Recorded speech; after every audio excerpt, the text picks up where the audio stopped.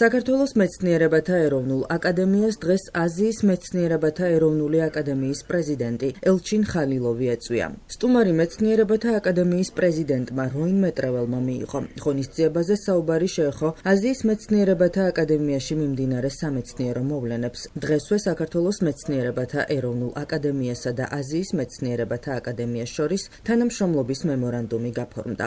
აღსანიშნავია, რომ 2025 წლის 12 აგვისტოს ჩინეთში პირველად ოფიციალურად საერთაშორისო არაკომერციული ორგანიზაციის სტატუსით დარეგისტრირდა აზიის მეცნიერებათა აკადემია, რომლის შტაბ-ბინაც ჰონგ-კონგში მდებარეობს. აღნიშნული აკადემიის წევრად და ერთ-ერთ ვიცე-პრეზიდენტად სულ ცოტა ხნის წინ არჩეულ იქნა საქართველოს მეცნიერებათა ეროვნული აკადემიის პრეზიდენტი აკადემიკოსი როინ მეტრეველი. არცთუ დიდი ხნის წინ დაარსდა აზიის მეცნიერებათა აკადემია, ეს რეგიონული აკადემია, ისეთივე როგორც არის ევროპაში, ასეთი აკადემია ლათინურ ამერიკაში, აფრიკაში და ეს ახალი ორგანიზაცია აერთიანებს არა მარტო აზიის კონტინენტის მეცნიერებს, არამედ მსოფლიოს სხვადასხვა დარგის მეცნიერების წარმომადგენლებს.